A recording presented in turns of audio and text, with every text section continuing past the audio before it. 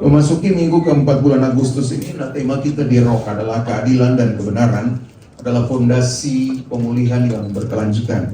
Nah, kunci untuk pemulihan dari seluruh kehidupan kita atau tanah yang sakit atau hidup kita yang berantakan adalah melalui doa dan pertobatan yang kemarin kita sudah dengar ya. Nah, agar pemulihan berkelanjutan maka diperlukan keadilan dan kebenaran sebagai fondasi untuk memulihkan ya dalam kehidupan kita. Itu hal yang harus kita lakukan. Jadi kalau kita mau berkelanjutan di dalam pemulihan hidup kita, ya kita harus hidup di dalam keadilan dan kebenaran. Kita harus melakukan kebenaran dan keadilan di dalam hidup kita. Nah, keadilan dan kebenaran itu menjadi hal yang penting untuk kita perhatikan, karena keadilan dan kebenaran menjadi hal yang langka untuk dunia sekarang ini. Ya, sekarang orang sudah gak hidup dalam kebenaran banyak. Sekarang orang sudah tidak hidup dalam keadilan banyak. Yang hanya mementingkan diri sendiri. Ya. Bahkan jangan bilang orang lain, dalam keluarga pun begitu. Istri nggak adil sama suami, suami nggak adil sama istri, istri dan suami nggak adil sama anak-anak, anak-anak pun demikian. Karena kita hidup dalam dunia yang serba seperti itu. Makanya sebagai orang percaya harus kita diingatkan terus-menerus.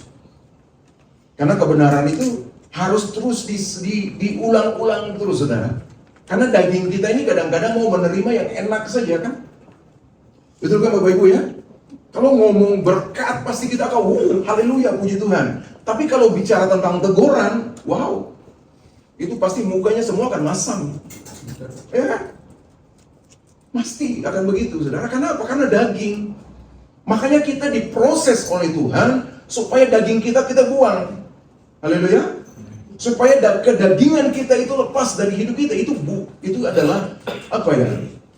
Proses, tujuan dari proses yang Tuhan berikan dalam kehidupan kita. Jadi tujuannya itu supaya kita semakin serupa dengan Kristus. Kalau semakin serupa dengan Kristus, nggak boleh ada daging. Ya? Nggak apa-apa kalau saudara mau makan daging, nggak jadi masalah. Ya. Mau makan ayam panggang, ayam goreng, babi hong, babi guling-guling di jalan, nggak apa-apa. Saudara boleh aja makan itu. Tapi hidup saudara harus tetap di dalam roh. Amin. Amin. Bapak Ibu, coba lihat kiri kanan. Ya, jangan mukanya kayak begitu, saya khotbah jadi nggak enak gitu, kayak merasa tertuduh saya. Coba lihat kiri kanan dong, bilang dulu senyum dong. Pak Budi, selamat. Ya. Maafkan saya tidak sempat ke sana karena jauh. Tapi hari ini sudah di sini, selamat. Ya, Tuhan berkati, Tuhan akan tetap berjalan bersama-sama dengan kalian berdua. Amin. Ya, oke, kita semua dukung dalam doa. Ya. Ya, buktinya sudah berjalan dengan baik kan? Acaranya itu kan bukti doa-doa kita juga. Haleluya. Salah satu bukan kita aja. Ya. Yang lainnya nggak tahu, nggak apa-apa Bapak Ibu ya. Ya. Ini kalangan lokal aja, kalangan sendiri. Ya. Jadi gitu Bapak Ibu. Jadi kita harus hidup di dalam keadilannya Tuhan dan kebenaran Tuhan. Kalau enggak, ya nggak bisa. Hidup kita akan berantakan. Ya. Hidup kita akan hancur, saudara. Karena makanya tadi saya bilang begini, daging kita itu perlu dibuang supaya roh yang ada di dalam hidup kita itu berkuasa atas kehidupan kita. Saudara mau berjalan dalam roh, saudara harus buang keadaan saudara. Amin. Kalau kita bicara gini, keadilan dan kebenaran itu apa? Kebenaran dan keadilan itu adalah karakter Allah. Amin. Keadilan dan kebenaran itu karakter Allah. Jadi kalau orang bilang aku percaya Yesus, harusnya itu ada di dalam hidup saudara. Keadilan dan kebenaran itu harus ada dalam hidup saudara. Karena itu karakter dia. Dia adil dan dia benar. Nah kita lihat nih. Itu. Nah, bagaimana hakikat keadilan dan kebenaran Allah? Yang pertama itu dia adalah karakter Allah. Keadilan dan kebenaran bersumber dari Allah sendiri. Bukan rekayasa moral manusia. Bukan. Kamu mau bikin adil, mau bikin apa kalau bukan datang dari Tuhan, dan mungkin saudara adil dan saudara benar. Itu harus datang dari Tuhan. Yang setuju katakan amin.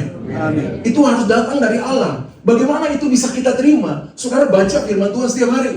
Saudara berdoa setiap hari, intim dengan Tuhan. Maka karakter Allah ada dalam hidup saudara.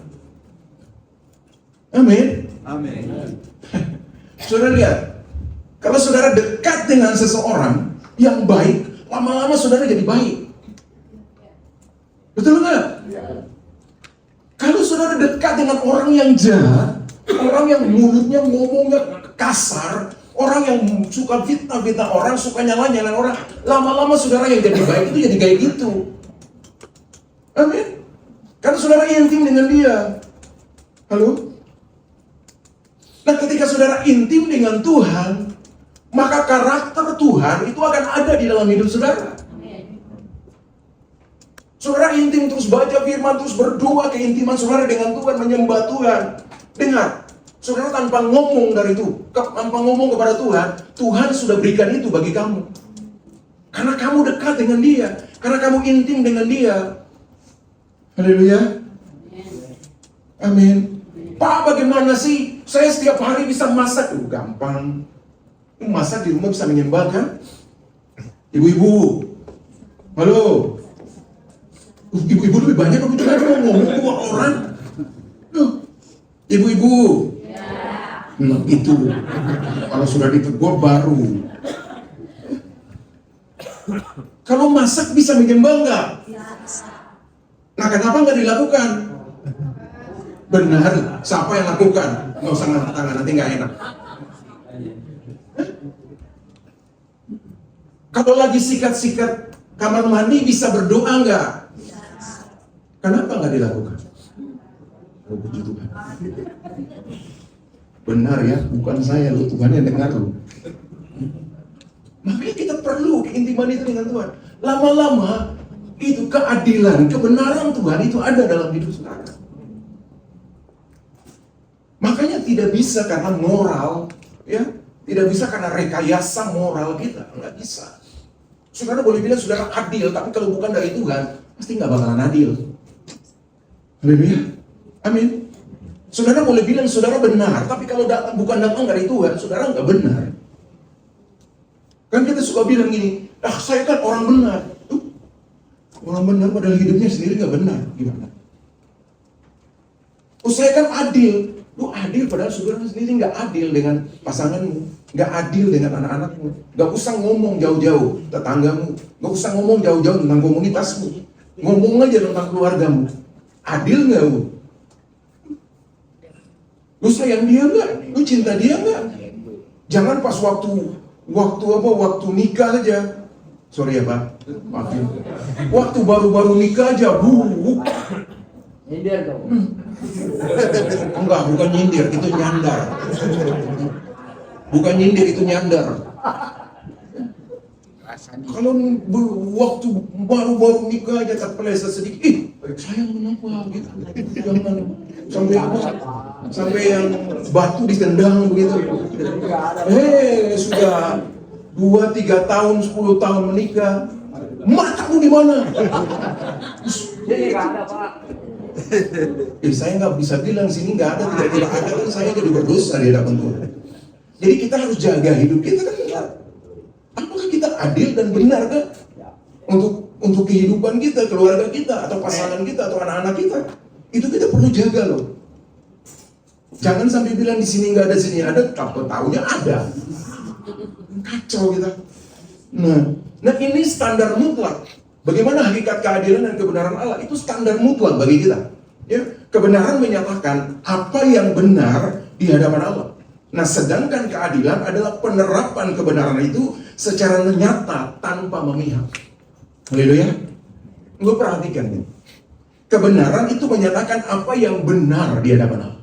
Jadi yang benar di hadapan Tuhan, kita harus bertindak benar di hadapan Tuhan. Perkataan kita benar, tindakan kita juga harus benar di hadapan Tuhan. Nah, untuk menerapkannya kita pakai apa? Pakai keadilan. Haleluya. Jadi keadilan adalah penerapan kebenaran itu secara nyata tanpa memihak. Jadi kalau saudara adil, itu berarti saudara sedang melakukan kebenaran, menerapkan kebenaran dalam hidup saudara. Ya. Tapi kalau saudara nggak adil, saudara sebenarnya tidak menerapkan kebenaran dalam kehidupan saudara. Halo? Ya, Bapak Ibu, dengar ya baik-baik ya.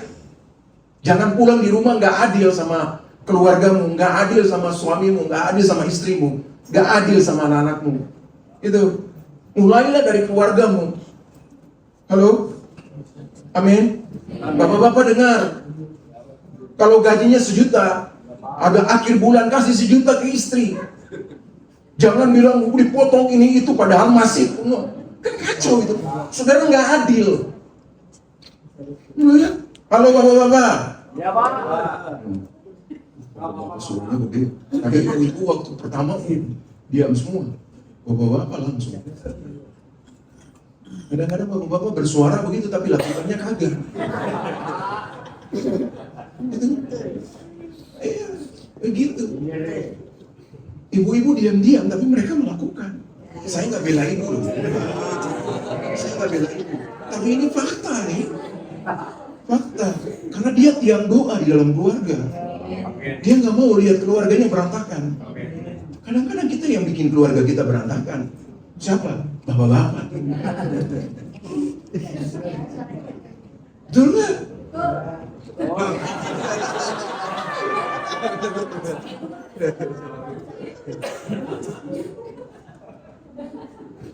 Lihat ini baik-baik supaya kita tahu apa yang harus kita lakukan dalam kehidupan kita.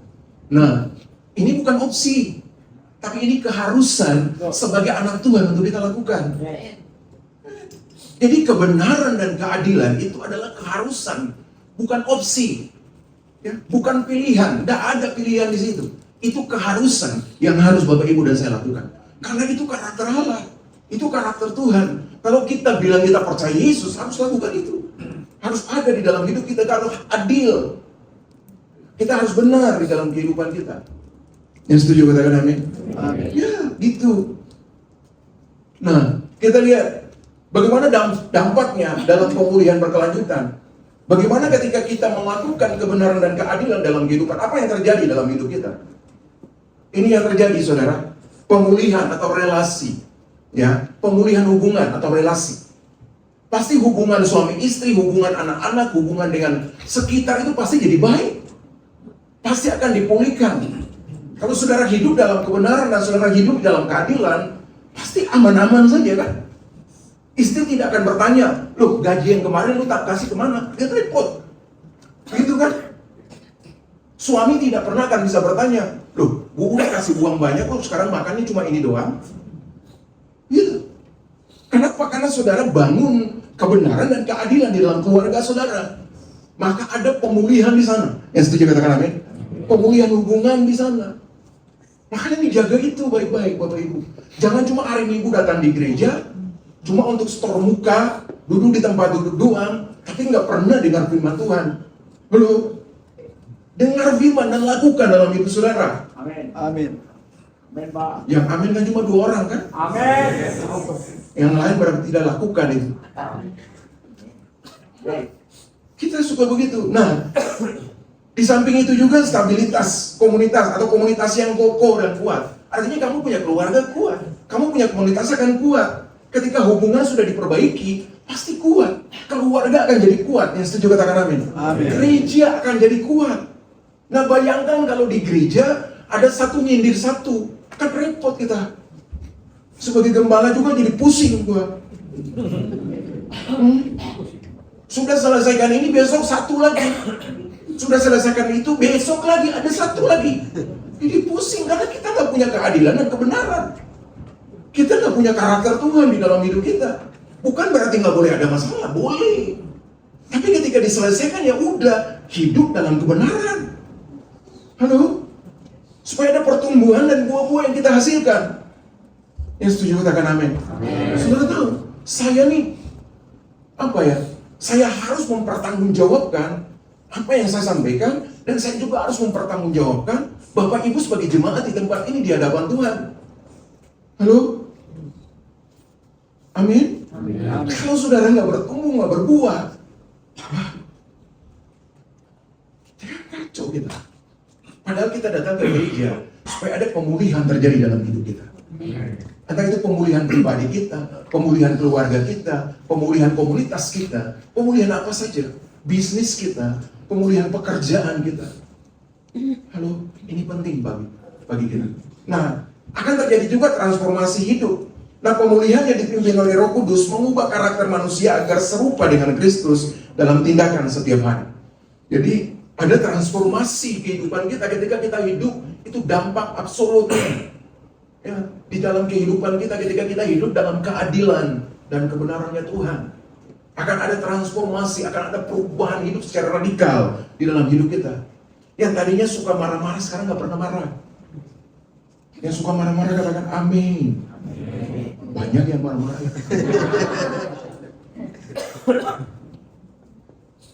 Yang tidak mengasihi istri, sekarang bisa mengasihi istri.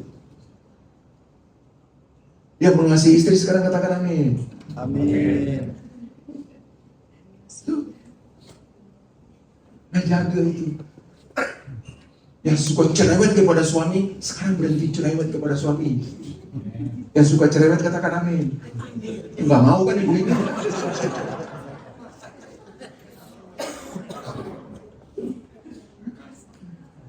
Akan ada transformasi gitu. Yang suka cerewet, kan kalau cerewet yang baik nggak apa-apa gitu. Nggak jadi masalah. Tapi ada ibu-ibu yang suka bikin-bikin. Kadang-kadang kan mereka punya apa? Mereka punya pergumulan setiap bulan kan ada ya. Tiba-tiba datang tanpa ketahuan begitu ya. Wow, itu sudah mulai pusing.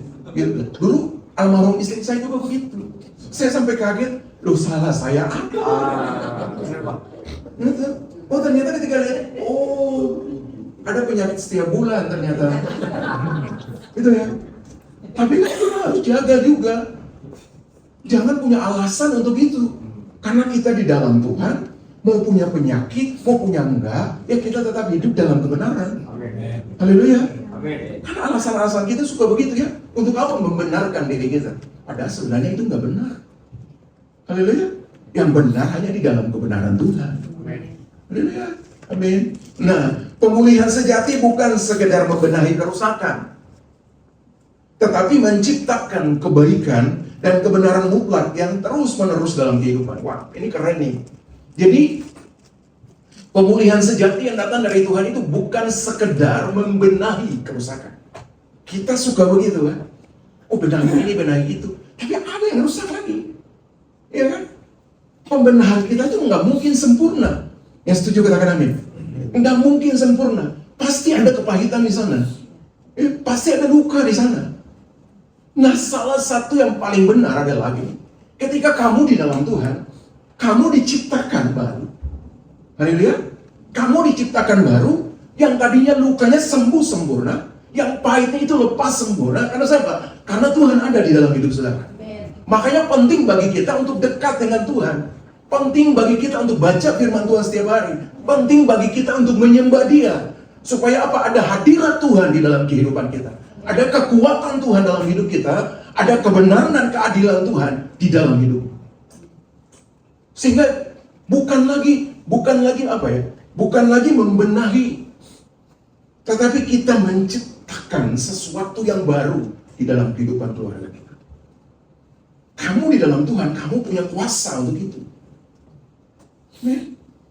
Ini saya ngomong nih saudara. Kita di dalam Tuhan, Tuhan sudah berikan kuasa itu bagi kita. Untuk membuat segala sesuatu untuk jadi berubah. Haleluya. Ini, makanya kita harus benar-benar di dalam Tuhan. Nah, kita lihat firman Tuhan. Mazmur 89:15. Keadilan dan hukum adalah tumpuan tahta. Kasih dan kesetiaan berjalan di depan. Dengar baik-baik. Tuhan membangun tahtanya di atas keadilan dan hukum. Haleluya. Tuhan membangun tahtanya itu. Jadi yang menopang tahta Tuhan itu keadilan dan hukum. Jadi kalau saudara bilang saudara percaya Yesus dan saudara masuk dalam hadirat Tuhan, ini yang harus ada. Keadilan dan hukum Tuhan itu harus ada dalam hidupmu. Hukum Tuhan itu bicara apa? Bicara kebenaran, bicara firman. Itu hukum Tuhan. Haleluya. Amin. Itu hukum Tuhan, itu kebenaran, itu firman Tuhan. Jadi kalau saudara bilang saudara masuk dalam hadirat Tuhan, dalam tata Tuhan, saudara harus punya itu. Punya keadilan dan punya kebenaran, atau punya hukum. punya firman Tuhan. Baru saudara ada di situ. Tapi yang lebih keren lagi dia bilang ini, kasih dan kesetiaan berjalan di depanmu. Dengar kata di depanmu. Mu-nya itu huruf besar. Mu-nya itu Allah. Mu-nya itu Tuhan. Dengar. Jadi yang memimpin Tuhan itu apa? Kasih dan kesetiaannya. Wow. Keren banget saudara. Jadi itu semua adalah karakter Tuhan. Kamu mau masuk dalam hadirat Tuhan, kamu harus punya kasih dan kesetiaan. Karena dia berjalan di depan kamu. Kamu harus masuk melalui kasih dan kesetiaan. Amin. Kalau kamu nggak punya kasih, kamu nggak punya kesetiaan, wah kacau. Belajar dari mana? Udah belajar dari lembaga yang paling kecil. Di mana? Di rumah tangga. Haleluya. Setialah kepada suamimu. Setialah kepada istrimu. Amin. Anak-anak setialah kepada orang tua. Orang tua harus setia kepada anak-anak. Kalau begitu, belajar seperti itu sudah. Kalau kamu mau masuk dalam hadirat Tuhan, kamu harus punya itu. Kalau enggak, kita enggak punya keadilan dan kebenaran. Nah, kita lihat. Yang pertama, keadilan berarti menempatkan sesuatu pada posisi yang benar. Apa? Keadilan berarti apa? Menempatkan sesuatu pada posisi yang benar. Jadi kalau kita harus menempatkan sesuatu itu pada posisi yang benar. Lihat firman Tuhan. Firman Tuhan ini luar biasa. Perhatikan. Yesaya 5:20. Celakalah mereka yang menyebutkan kejahatan itu baik dan kebaikan itu jahat. Wow. Yang mengubah kegelapan menjadi terang dan terang menjadi kegelapan. Yang mengubah pahit menjadi manis dan manis menjadi pahit. Saudara, di zaman sekarang ini gampang sekali orang bisa merubah itu. Benar kan? Orang yang punya uang, orang yang punya apa? Relasi dengan orang-orang yang kuat bisa merubah. Bisa merubah yang jahat jadi baik, yang baik jadi jahat. Bisa. Bisa merubah gelap menjadi terang, terang bisa menjadi gelap. Nah, sekarang tergantung nurani kita, tergantung kebenaran yang kita punya. Kita mau buat apa? Kalau salah ya bilang salah. Amin. Kalau benar yang bilang benar. Nah, hari ini kalau ada orang-orang yang dulu dalam pemerintahan, kalau orang-orang yang, ya bukan aja di pemerintah, di bisnis juga begitu ya. Ya Pak Bidi ya? Di bisnis juga begitu. Kalau jualan, ya jualan yang benar. Amin. Jangan bilang, oh saya beli cuma 5.000, padahal cuma beli baru 3.000 doang.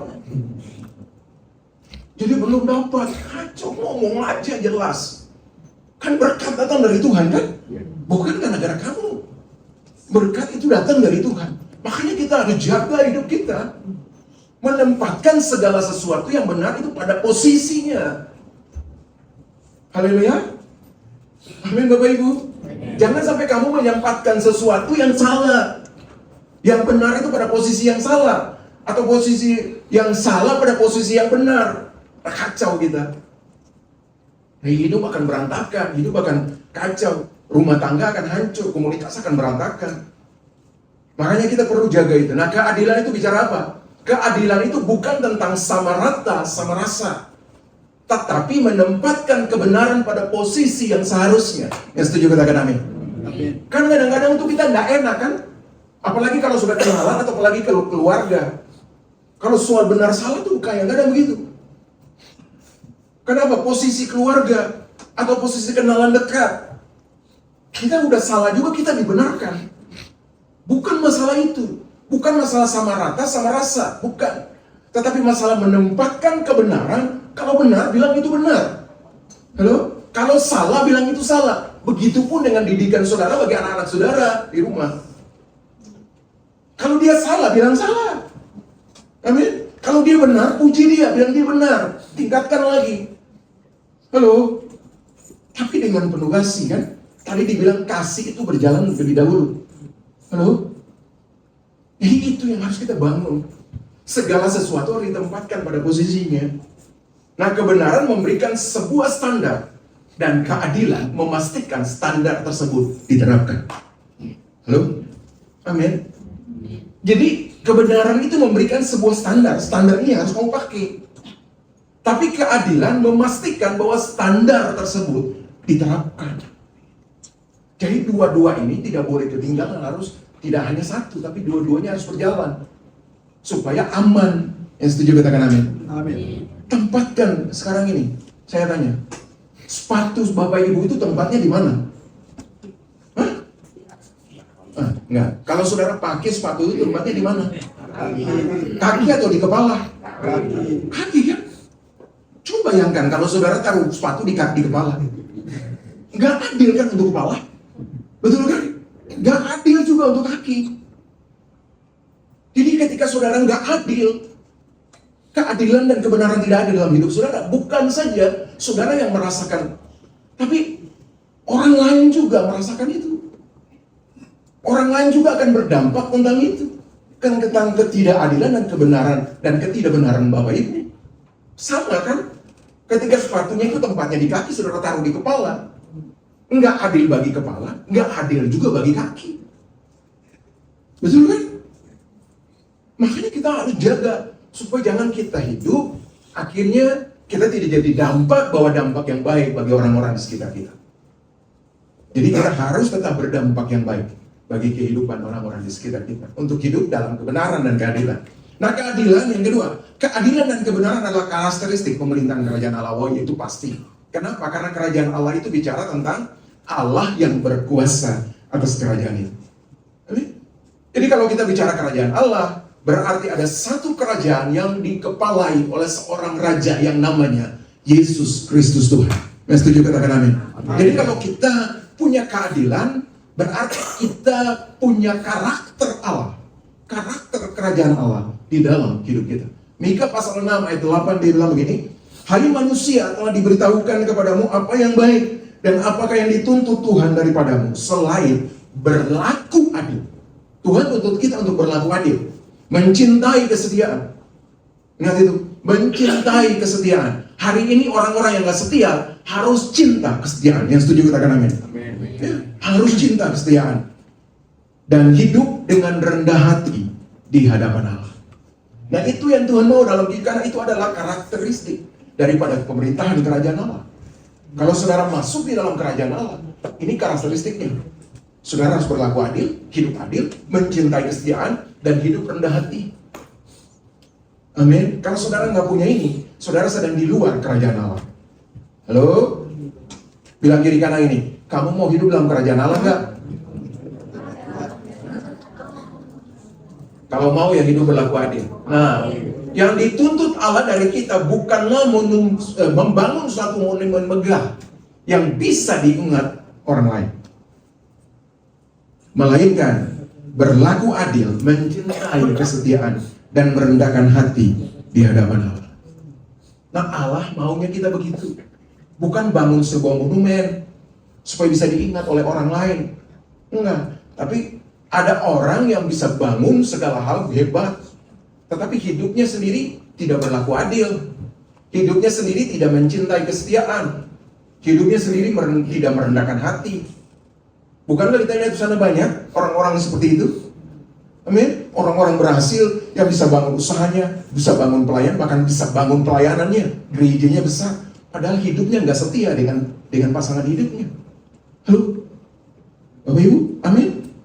Kita hidup nggak setia. Bagaimana kita hidup dalam kerajaan Allah? Model gitu. Kita sedang hidup di luar kerajaan Allah. Kalau mau hidup dalam kerajaan Allah, berjuang untuk melakukan itu. Jangan takut karena kekuatan Tuhan ada dalam hidup kita. Kekuatan Tuhan menyertai kita. Saya punya waktu berapa menit lagi? Jangan sampai salah lagi.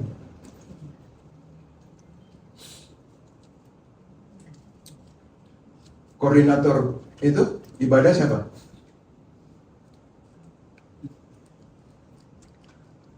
Koordinator ibadah?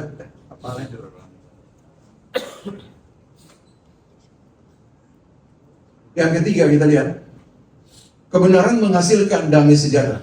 Jadi ketika kita lakukan kebenaran, pasti damai sejahtera Tuhan ada di dalam kehidupan kita, kan? Yesaya pasal 32 ayat 17 bilang begini, di mana ada kebenaran, di situ akan tumbuh damai sejahtera. Ya, setuju katakan amin. Amin. Dan akibat kebenaran ialah ketenangan dan ketentraman untuk selama-lamanya. Wow. Amsal pasal 14:34, kebenaran meninggikan derajat bangsa, tetapi dosa adalah noda bangsa. Saudara, kita harus hidup dalam kebenaran kalau mau damai sejahtera ada dalam hidup kita. Kita mau komunitas kita itu damai kan? Kita mau keluarga kita itu damai kan? Kita mau hidup kita damai kan? Kalau mau hidup kita damai, ya hidup dalam kebenaran. Kata Alkitab seperti itu. Di mana ada kebenaran, di situ akan tumbuh damai sejahtera. Yang setuju katakan amin. Amin. Dan akibat kebenaran ialah apa? Ketenangan batin. Kalau hari ini batinmu nggak tenang, hatimu nggak tenang, berarti kamu sedang hidup tidak dalam kebenaran. Halo? Kalau hari ini hatimu masih bergejolak, kamu tidak hidup dalam kebenaran. Itu pasti. Tapi ketika kamu hidup dalam kebenaran, dengar, kamu akan hidup dalam ketenangan hatimu. Amin. Bukan saja hatimu yang tenang, tapi yang sekitarmu juga tenang. Halo? Ini yang bikin rusak apa? Yang bikin rusak hati kamu. Ketika hati kamu gak benar, itu bisa berpengaruh kepada orang-orang di sekitarmu. Ya? Coba kalau kamu kesal, kamu akan kesal kepada semua orang di sekitar kamu kan? Pasti. Itu akan jadi dampak besar bagi orang-orang di sekitar. Makanya kamu hidup dalam kebenaran, supaya ada ketenangan di dalam hati. Bilang kiri kanan, hidup dalam kebenaran lah. Tanya dia gini, kamu mau hidup tenang gak? Kamu mau hidup tenang gak? Kalau mau hidup tenang, hidup dalam kebenaran. Tapi kalau mau hidup berantem terus, ya udah nggak usah dalam kebenaran, di luar kebenaran aja. Jadi kita akan lihat bagaimana piring melayang, sepatu melayang, kursi melayang, ya, meja hancur semuanya. Itu kan orang yang hidup tidak dalam kebenaran kan? Amsal pasal 14 ayat 34 bilang ini, kebenaran meninggikan derajat bangsa, tetapi dosa adalah noda bangsa. Kita bicara noda, kadang-kadang kita sepelekan itu. Sekarang saya tanya gini, kalau saya punya gini, kalau saya punya, kemeja saya keren ya. Ya. Kalau saya punya baju yang keren ini, tiba-tiba ada noda di sini, saya mau pakai nggak? Saya mau pakai nggak? Gak bakalan mau pakai, karena apa? Malu. Itu kan? Itu namanya noda. Pasti kita tidak pernah akan mau pakai itu lagi, karena kita buang aja. Atau kita buat sampai noda itu lepas dari baju kita, sehingga kita bisa pakai lagi. Betul kan? Nah, kebenaran juga seperti itu. Kebenaran itu tidak meninggalkan noda, tetapi kebenaran itu akan meninggikan derajatmu. Kalau gue pakai noda di sini, derajat gue jatuh. Ih, Pak Ampi, gembala, padahal pakai baju yang bernoda. Tanpa sadar, saya merendahkan. Haleluya, amin. Tapi kalau noda itu nggak ada kayak saya sekarang ini, kan keren kan? Keren. Betul kan? Keren. Iya. Orang akan bilang, Pak Ampi neces keren. Ya, walaupun hitam, tapi nggak apa-apa. Karena hitam ada belakangnya lagi manis. Ya kan? Betul nggak Bapak Ibu? Iya. Puji Tuhan. Daripada dimarahin, mendingan iya aja. Nah, terakhir, dalam perspektif Alkitab, damai sejahtera atau shalom itu berarti keadaan hidup yang utuh, tertib, aman, adil, dan sejahtera karena berada dalam tatanan yang benar menurut kehendak Allah. Yang setuju katakan amin. Jadi shalom yang kita bisa ucapkan itu shalom, Bapak Ibu, shalom. Itu berarti kita sedang ada dalam kehidupan yang utuh, tertib, aman, damai sejahtera, karena kita berada dalam tatanan yang benar dalam kehendak Allah. Haleluya. Jadi kalau Bapak Ibu bilang shalom, saudara sedang bilang damai sejahtera Tuhan. Saya aman, saya tentram, saya damai. Ada kebenaran dalam hidup saya. Ada keadilan dalam hidup saya. Itu shalom. Haleluya. Saya berharap kata itu bisa mengubah hidup kita. Ya? Saya berharap kata itu bisa bisa merubah seluruh hakikat kehidupan, merubah hati, merubah pikiran, merubah suasana hati kita, sehingga tindakan kita itu dalam kebenaran, membuat orang juga tenang, membuat orang juga damai, membuat orang juga aman. Jangan sampai akhirnya kita berbuat sesuatu yang buat orang, wah, celaka ya. Nah itu kita sedang tidak hidup di dalam shalom. Kita tidak hidup dalam damai sejahtera Tuhan. Amin, Bapak Ibu. Mau hidup dalam damai sejahtera Tuhan? Amin. Kasih Tuhan selalu menyertai kita. Amin. Penyertaannya selalu ada dalam hidupmu. Ketika keadilan dan kebenaran kamu lakukan, percayalah, ada tangan Tuhan yang besar yang akan menolong dan menyertai. Amin. Mari bangkit berdiri bersama-sama.